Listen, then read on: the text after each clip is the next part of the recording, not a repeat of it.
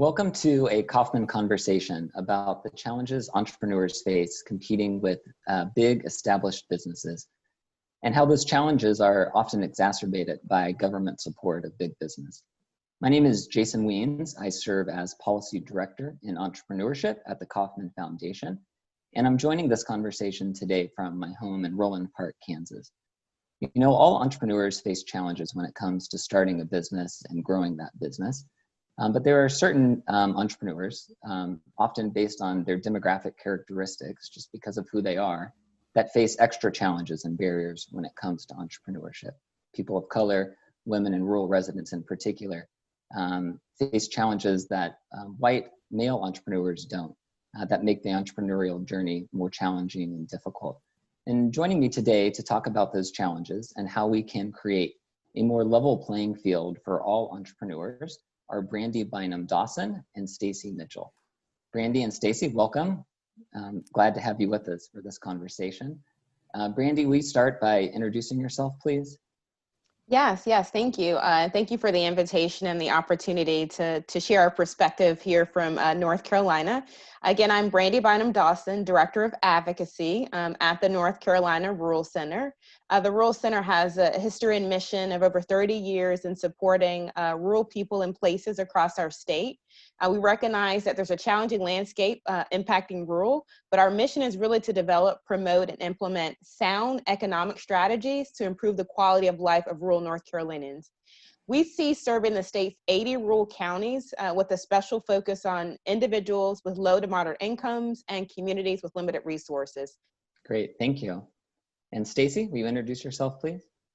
Sure, and thanks so much for the invitation to be part of this conversation. I'm Staci Mitchell. I'm the co-executive director of the Institute for Local Self-Reliance.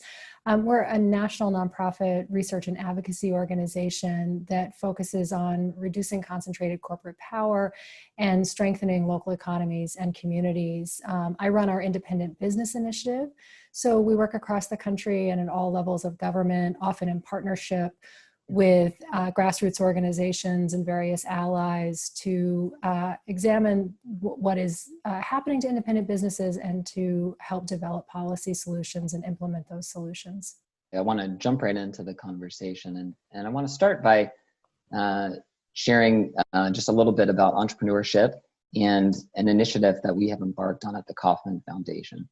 You know, I think for some people in America, entrepreneurship is about big names and billionaires, but that's not how we approach the issue at Kauffman. We see entrepreneurship really as something for everyday Americans who have an idea and want to take that idea and bring it to life.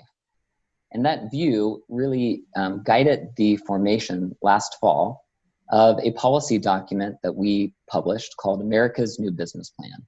It's a response to the uneven playing field that exists in entrepreneurship today, the outsized role that government plays often in supporting established businesses, as well as stagnant rates of entrepreneurship, which for the last few decades has been kind of the situation across the United States. And America's New Business Plan focuses on 4 core needs that all entrepreneurs have.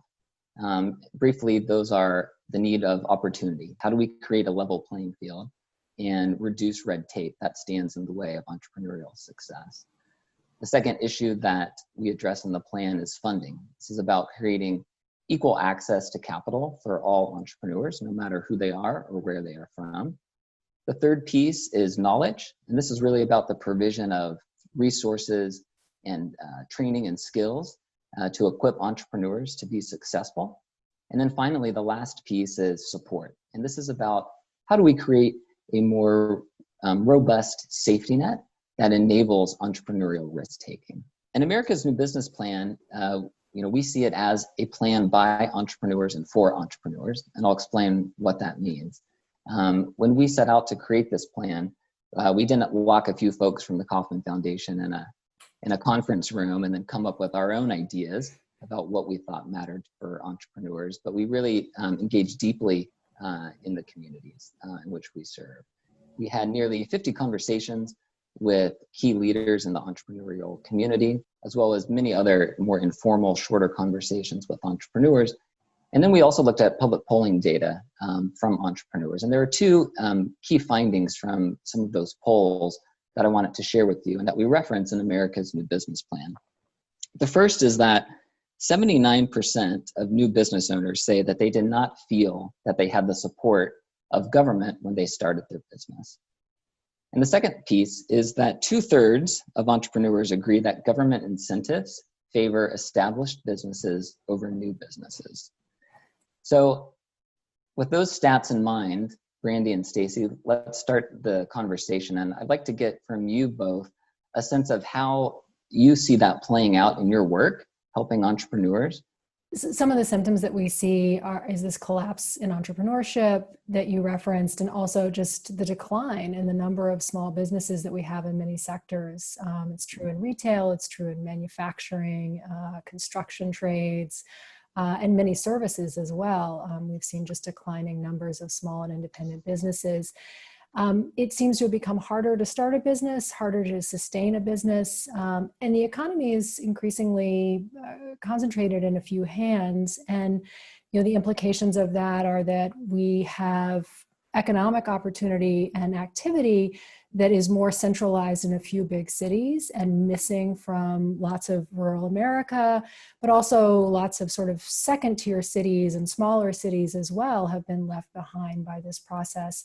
And so, when we think about how do we distribute opportunity, how do we build a strong middle class, I think that we're really seeing an economy that's not enabling that because of these kinds of barriers that exist for entrepreneurship and small business. I'll just add to that and piggyback on what Stacy so beautifully stated. And I think for us, it's also looking at from the lending standpoint, right? So we have seen definitely a decline in the number of banking institutions, particularly in rural North Carolina. Just for example, between 2010 and 2015, there was 155 bank reductions in rural North Carolina alone. I mean, we're a state of 100 counties, and as you can imagine, losing over 100 banks across the state, particularly in rural communities, has been really detrimental to the opportunities to lend to our small businesses across the state, as well as we've seen a decline in actually the amount of funding being allocated to small businesses as well.